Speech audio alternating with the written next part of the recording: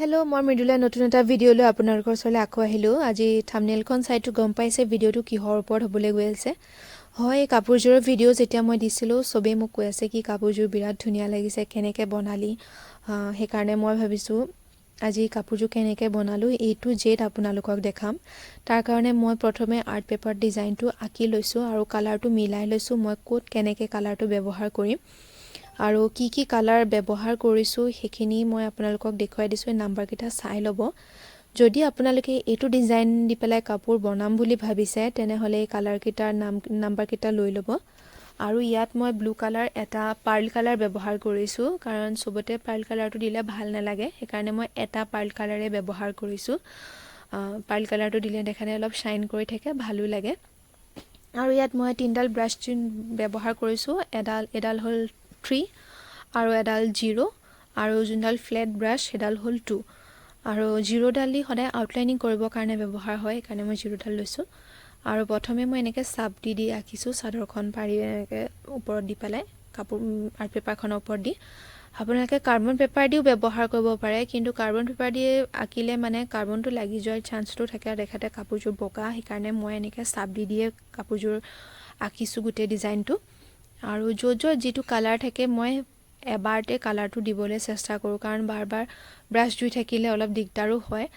আৰু সেইকাৰণে মই এনেকৈ প্লেটত অলপমান কালাৰটো উলিয়াই লওঁ। গোটেই কালাৰটো মই খুলি পেলাই ব্যৱহাৰ নকৰোঁ, ফেব্ৰিক কালাৰটো দেখাতে সোনকালে শুকাই যায়। সেইকাৰণে মই এবাৰতে যিমানখিনি য'ত যি কালাৰ থাকে মই এবাৰতে ব্যৱহাৰ কৰি দিওঁ। আৰু আঁচলটোৰ এটা চাইডে 3টা মানুহৰ মই 5টা এনেকৈ ছেট দিছোঁ আৰু ইটো আঁচলতো মই তেনেকৈ দিছোঁ।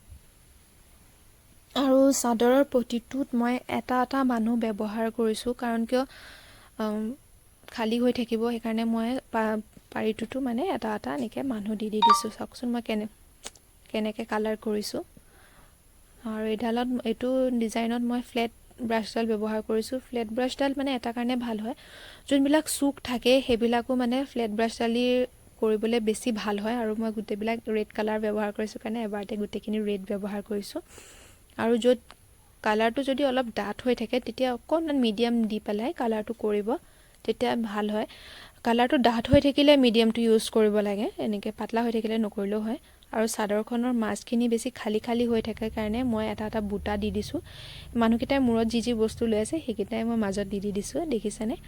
আৰু ভালো লাগে এনেকৈ বুটা দি দিলে। আৰু মই মেখেলাখনটো এইটো ষ্টাইলতে কৰিছোঁ, বুটা দি দিছোঁ আৰু এনেকৈ 3টা মানুহৰ এনেকৈ 5টা ছেট দি দিছোঁ। আৰু এয়া মই দহি কৰিছোঁ ফাৰ্ষ্ট টাইম এই কাপোৰযোৰত। বৰ্ণালী পাটৰ হয় সূতাটো।